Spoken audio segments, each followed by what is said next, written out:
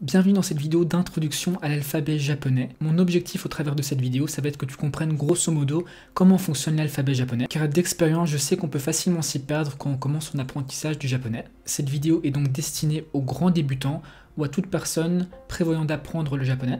Alors sans plus tarder, allons-y.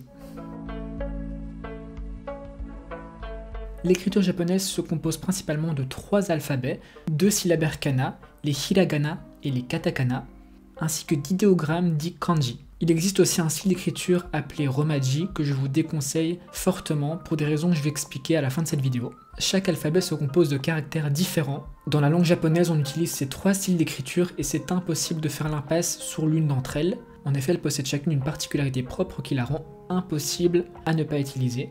Bien avant l'alphabet japonais tel que l'on le connaît aujourd'hui, il y a 40 000 ans, un peuple de nomades qui traversait l'Asie pour atteindre le Japon n'avait aucun langage écrit. Le japonais était donc à l'origine une langue parlée. Ainsi, les japonais utilisaient les caractères chinois lorsqu'ils avaient besoin d'écrire, mais ils n'en sont pas restés là. Ils se sont permis de créer de nouveaux sons pour les caractères chinois, dits onyomi. Cependant, certains mots gardèrent leur son d'origine chinoise. C'est pourquoi en japonais, un kanji ou caractère chinois a parfois 2 lectures différentes. Sa prononciation d'origine dite onyomi et sa prononciation japonaise dite kunyomi.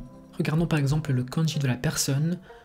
Lorsqu'il est utilisé seul, il se lit hito. C'est une lecture en kunyomi, donc d'origine japonaise, mais lorsqu'on l'utilise en tant que suffixe après le nom d'un pays, par exemple dans Belugi Jin, un belge, il se lit jin. La plupart des kanji possèdent même bien plus que 2 prononciations différentes en fonction du mot qu'ils composent et ou du contexte. Le kanji de la personne que je viens de vous présenter, hito, en fait d'ailleurs partie. Voici un aperçu des lectures possibles rien que pour ce kanji. À l'époque, les femmes n'avaient malheureusement pas le droit d'écrire, mais certaines écrivaient en cachette et inventèrent une nouvelle forme d'écriture, les hiragana. Les hiragana ont fini par se répandre plutôt rapidement, même s'ils ont été très contestés par les hautes classes de l'époque Heian.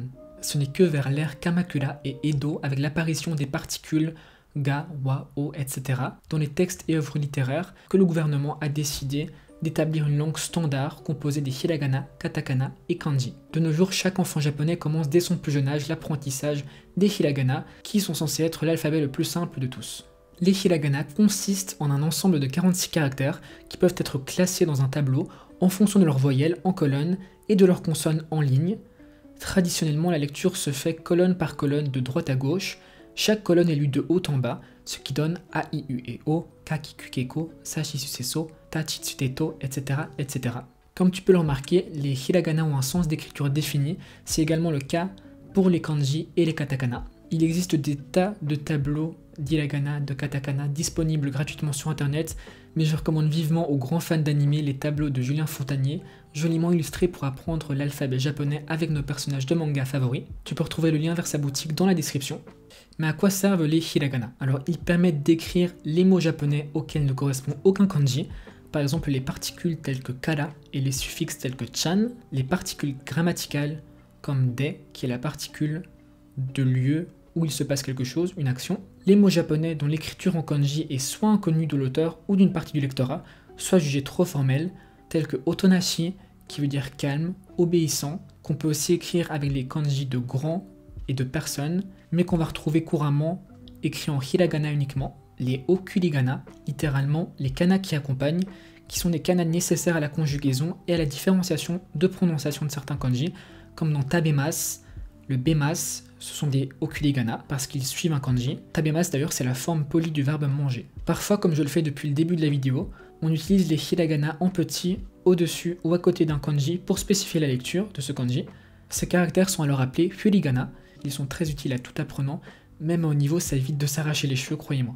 Quelques modifications peuvent être apportées au hiragana, à savoir l'ajout d'un dakuten, qui est un petit signe ressemblant à un guillemet, qui transforme une consonne sourde en une consonne sonore, c'est-à-dire des sons pour lesquels vous devez faire vibrer vos cordes vocales. La rangée des ka passera à des ga, celle des ta à des da, celle des sa à des za, et celle des ha deviendra ba. On peut aussi ajouter un hondakuten, qui est une sorte de degré, qui transforme le H en P, les ha deviennent des pa, les hi deviennent des pi, etc., etc. Grâce à eux, on peut créer jusqu'à 23 nouveaux sons. L'ajout d'une version réduite des sons ya, yu, yo transforme le i qui le précède pour former un nouveau son. Par exemple, ki plus petit ya donne kia, mi plus petit o forme mio. Il existe de nombreuses combinaisons possibles. Le petit tsu permet de créer un son coupé. Ce sera beaucoup plus parlant avec un exemple, comme dans kitte. Kitte, c'est un timbre. On entend bien que le son est coupé. Kitte. Il est également possible de représenter d'autres sons à l'aide des hiragana en utilisant des petites versions des 5 voyelles A, I, U et O, mais on les utilise surtout dans un contexte informel pour représenter des sons qui s'estompent petit à petit. Pendant l'ère Heian, qui est une époque qui s'étend du 8e au 12e siècle, seuls les hommes des hautes classes, généralement les moines, avaient le droit d'écrire des textes en utilisant les caractères chinois. Cependant, ceci étant complexe, les moines trouvèrent une solution en créant un autre système d'écriture appelé katakana. Comme les hiragana, il comporte 50 sons sans compter les sons composés, mais aujourd'hui on n'en utilise plus que 46. Le tableau est pareil que celui des hiragana, à la différence près que les caractères sont différents. Les kana représentent donc 92 caractères à mémoriser. Oui, ça fait beaucoup, je sais, mais une fois acquis, vous serez capable de lire n'importe quel texte avec les hiragana. Évidemment, il sera encore nécessaire d'apprendre le sens de tous ces mots que vous savez désormais lire.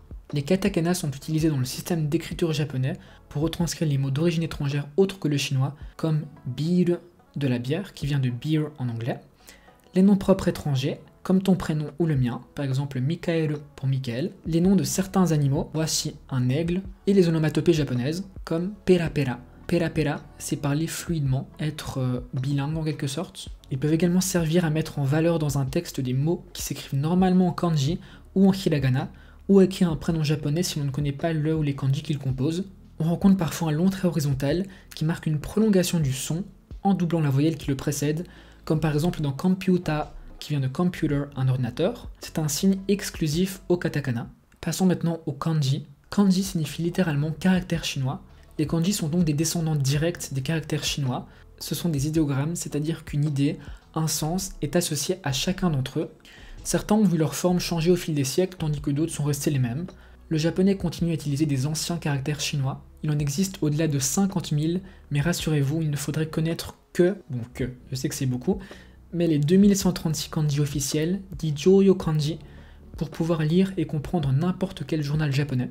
Comme on l'a vu au tout début de la vidéo, déterminer la lecture d'un kanji suppose d'avoir identifié au préalable le mot dans lequel il est employé. Il faut pour cela observer les signes autour de ce kanji et parfois juger plus globalement en fonction du contexte. Passons au dernier style d'écriture, les romaji, qui signifie littéralement lettres romaines. Les systèmes de romaji consistent donc à remplacer les syllabes d'un son japonais par un son proche de chez nous en utilisant l'alphabet latin.